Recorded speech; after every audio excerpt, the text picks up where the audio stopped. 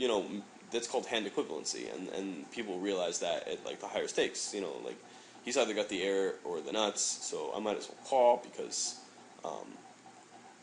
you know, my hand beats air, and he's got way more air than he has nuts. I'm getting profitable pot odds. I should call, and that's all fine and well until that like someone starts merging in that spot. So like, if I start calling because Avienda is raising with like trip eights or better, and then like all is air, so I start calling. I like, bet call with ace king high or something like that, or bet raise with ace king high.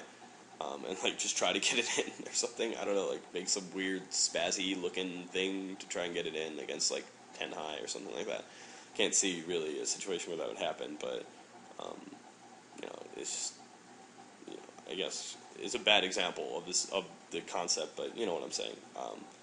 If I started doing that, he could start raising with hands like, you know, pocket threes or something like that, and that's what Durr does. He merges in a lot of ranges where he, you know, most people are polarized, and you know, he gets light calls because people assume that he has a polarized range. And not everyone. Obviously, there are people, you know, who can beat that strategy. It's just, you know, be mindful of why you do what you do is what I'm saying. Why you would make a light call. Why you bluff catch, and that's why. So, you know, a lot of people were doing the right thing, but not quite understanding what it was, why they were doing it. So, you know, they were dumping money to Durr. And then Patrick Antonius is pretty similar, except Patrick Antonius, like, Durr will do the same thing on the turn, and Durr will do the same thing on the river, you know, like, Durr can raise the river with second pair or something like that. He's Durr, he does whatever he wants. But Patrick Antonius is kind of like a different style, where he fast plays on the flop and then really slows down on the turn on the river. So, you know, in either case, there are players out there that will raise this flop with, like, do something cute with, like, sevens, nines, maybe the occasional ace deuce or something like that. Like, so, you know, you don't really know where they're coming from. So it's worth noting. This isn't one of those players, I don't think. I think naturally almost everyone falls into the category where they're, at least anyone thinking. Like, I think as a fish, you're just like, the thought process is, oh my god, I have a pair of twos. I raise. I have the best hand. Like, always. And then, you know, you realize in your poker development that, well, no one's calling with worse than a pair of twos, so why would I raise? I'll just call. Right? It makes sense. I usually have the best hand, but I'm never getting paid off, so just call. Yeah, and then try to induce some bets in later streets and blah, blah, blah. And then, you know, there might come a day where you say, oh, well, my opponent does call with worse now because, you know, I raise with only nothing or the nuts. So what if I raise with a deuce and he calls? Then, you know, it's a different scenario. But that said, I think I like a check call here. Unless he's going to float me with all those ace highs. Just because I want to induce bets from everything. You know, I don't want to play against either his flop. He's either going to polarize his range on the flop. That sucks. I'm going to fold. I'm going to bet fold if I bet.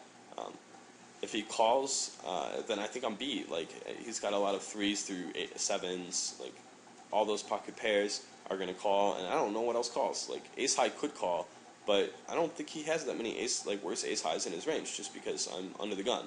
And he's on the button. Like, I think his range is highly weighted toward, like, complete crap here, and then, like, pocket pairs, and then trips.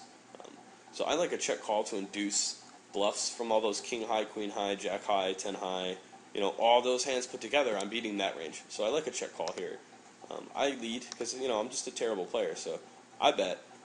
He raises, and I fold. Yeah. All these hands are from, like, a year ago or something like that, so I'm not going to be too hard on myself, but it's, you know, always fun to look through your hands and try to find mistakes that you know, made. So here, guys 3-bet range, I believe it was 15% in the big blind.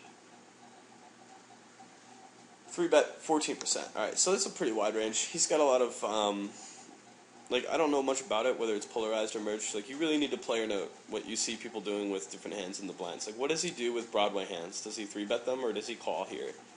Especially against the button open. This is like a huge player note thing that I like to do. If I see him call with a King 10 offsuit when I raise on the button, then he's not 3-betting it. So no, player note that, you know. If I've never seen a hand like 9-8 suited or something like that, he's either folding them or 3-betting them. What does he like? What pocket pairs does he flat with? Where does that cutoff start? how does he play suited connectors? How does he play the unprofitable calling suited connectors? Stuff like 5-6 suited. Does he 3-bet those or fold them? 4-6 suited, same question. What does he do with his suited ace X's? Call. It's a lot of.